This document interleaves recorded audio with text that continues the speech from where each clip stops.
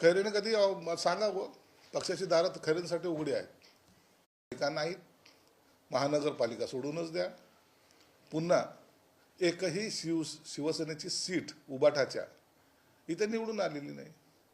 म्हणून झिरो असलेला इथलचा सगळा कारभार हा कुणामुळे झाला याची खतखत ही खैरेने बोलून दाखवलेली. जेव्हापासून ते जिल्हा प्रमुख झाले त्यापासूनचा कालावधी जर असा सगळा पाहिला तर हा आलेख सर्व पडताना दिसतोय.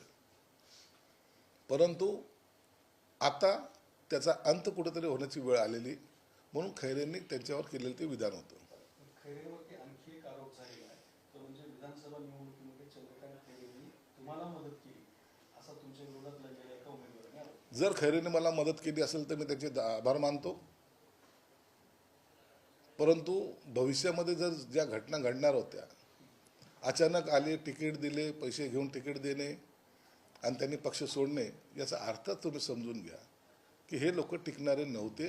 हे खैरेला जर जाणीव झाली असेल आणि त्या अर्थानं जर त्यांनी माझी मदत केली असेल तर मी त्याचा आभार मानतो.